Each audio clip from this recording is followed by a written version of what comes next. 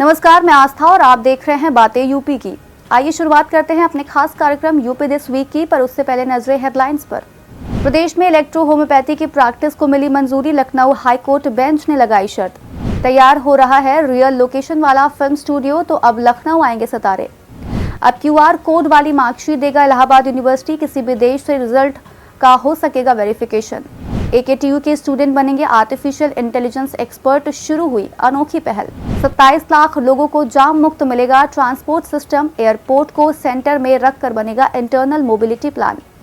Gorakhpur university में पढ़ेंगे Nigeria और इजिप्ट के छात्र, 42 विदेशी छात्रों ने किया आवेदन। राजकीय पक्षी पर संकट, 3 साल में 300 सारस विलुप्त। और अब खबरें विस्तार से। इलाहाबाद हाईकोर्ट की लखनऊ खंडपीठ ने एक आदेश पारित किया है, जिसमें न्यायालय ने प्रदेश में इलेक्ट्रो होम्योपैथी की प्रैक्टिस को मंजूरी दे दी है। कोर्ट ने अपने आदेश में ये भी कहा कि प्रदेश में इलेक्ट्रो होम्योपैथी की प्रैक्टिस को किसी अथॉरिटी ने प्रतिबंधित नहीं किया है, जिसके चलते याचिकाकर्ताओं को प्रैक्टिस करने से तब तक ना रोका जाए जब तक कि इसको लेकर कोई नियम ना बन जाए। इसके साथ ही न्यायालय ने ये शर्त भी लगाई है कि पिटिशनर्स अपने नाम के आगे डॉक्टर शब्द नहीं लगाएंगे। ये फैसला जज विवेक चौधरी व जज ओम प्रकाश शुक्ला की खंडपीठ ने राजेश कुमार व अन्य की ओर से वर्ष 2009 में दाखिल याचिका पर पारित किया। फिल्मों की शूटिंग के लिए सेट अब लखनऊ में ही मिल जाएंगे। इसके लिए कुर्सी देवा रोड पर फिल्म स्टूडियो बनाया जा रहा है। 27 एकड़ में फिल्म स्टूडियो बनाने में कंपनी करीब 96 करोड़ रुपए खर्च करेगी। यूपी में ये अपनी तरह का पहला स्टूडियो होगा, जिसमें रेलवे स्टेशन, बस अड्डा, अस्पताल, जेल, मार्केट, बंगला, एयरपोर्ट आदि के सेट मिल जाएंगे। बाहर की लोकेशन दिखाने के लिए जरूरी शूटिंग फ्लोर भी यहां बनाए जाएंगे। इसका फायदा ये होगा कि एक ही जगह पर फिल्म निर्माण के लिए अलग अलग लोकेशन का सेट मिल जाएगा। दुनिया की सबसे बड़ी फिल्म सिटी नोएडा में 2030 तक साकार हो जाएगी। इस फिल्म सिटी को 1000 एकड़ में विकसित किया जाएगा। लेते हैं आज की तीसरी खबर। इलाहाबाद यूनिवर्सिटी के लाखों छात्र छात्राओं की सहूलियत के लिए अच्छी पहल की गई है। इलाहाबाद यूनिवर्सिटी अब यहां पढ़ने वाले छात्र छात्राओं को जो मार्कशीट उपलब्ध कराएगा, उस पर बाकायदा QR कोड लगा होगा। इस देश नहीं बल्कि दूसरे देशों से भी मार्कशीट का वेरिफिकेशन करा सकेंगे।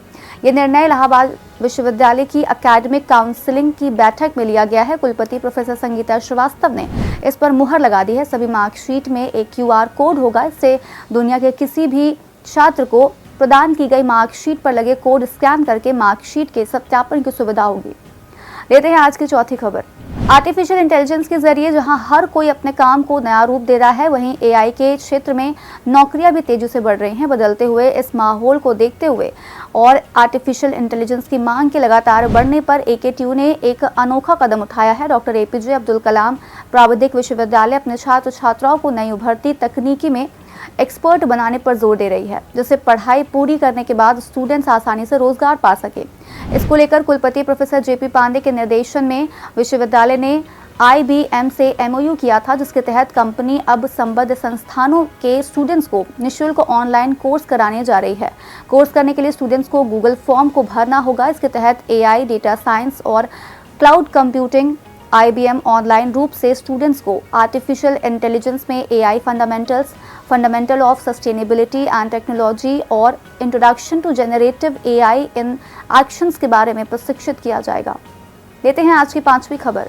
NCR में नोएडा को बेस्ट प्लान सिटी बनाने के लिए रीजनल कॉम्प्रिहेंसिव मोबिलिटी प्लान पर एक प्रेजेंटेशन किया गया। ये प्रेजेंटेशन UMTC ने किया, जो इस शहर के 27 लाख लोगों को जाम मुक्त ट्रांसपोर्ट सिस्टम देने के उद्देश्य से किया गया है। इस इंटरनल मोबिलिटी प्लान को इस तरह से डिजाइन किया जाएगा ताकि लोगों को लोकल ट्रांसपोर्ट के साथ गाजियाबाद, दिल्ली, हापुड़, बुलंदशहर के लोगों को भी बेहतर कनेक्टिविटी मिले।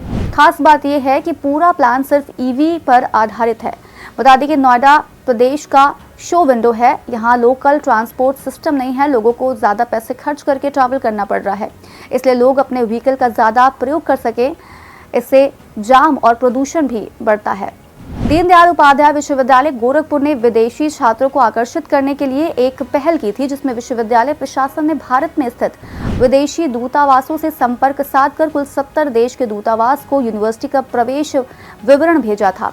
वहीं यूनिवर्सिटी ने भारतीय उच्च आयोग और सभी राष्ट्रमंडल सदस्य देशों के वाणिज्य दूतावासों के साथ ही अफ्रीकी देश मध्य पूर्व, दक्षिण पूर्व एशिया और कैरिबियन देशों में स्थित भारतीय दूतावास व वाणिज्य दूतावास को भी अपना प्रवेश विवरण प्रेषित किया था।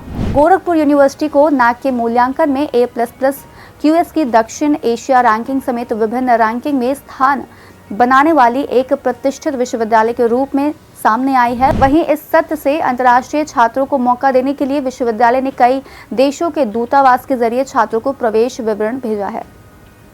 लेते हैं आज की 7वीं और आखिरी खबर।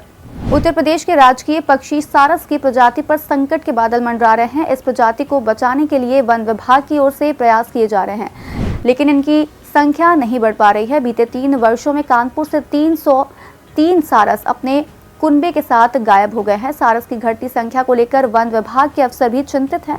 जानकारी के लिए बता दें कि वन्य जीव संरक्षण के लिए पूरी दुनिया मई माह के तीसरे शुक्रवार को राष्ट्रीय लुप्तप्राय प्रजाति दिवस के रूप में मनाती है। संस्था के आंकड़ों के अनुसार दुनिया में वन्य जीव की 31,000 से अधिक प्रजातियों पर विलुप्त होने का खतरा है। ये सभी वन्य जीव प्रजातियों का 27% है। इसी कड़ी में अब प्रदेश के राजकीय पक्षी सारस पर खतरा मंडराने लगा है। और अब चलते चलते एक नजर डाल लेते हैं देश दुनिया की कुछ अन्य अहम खबरों पर।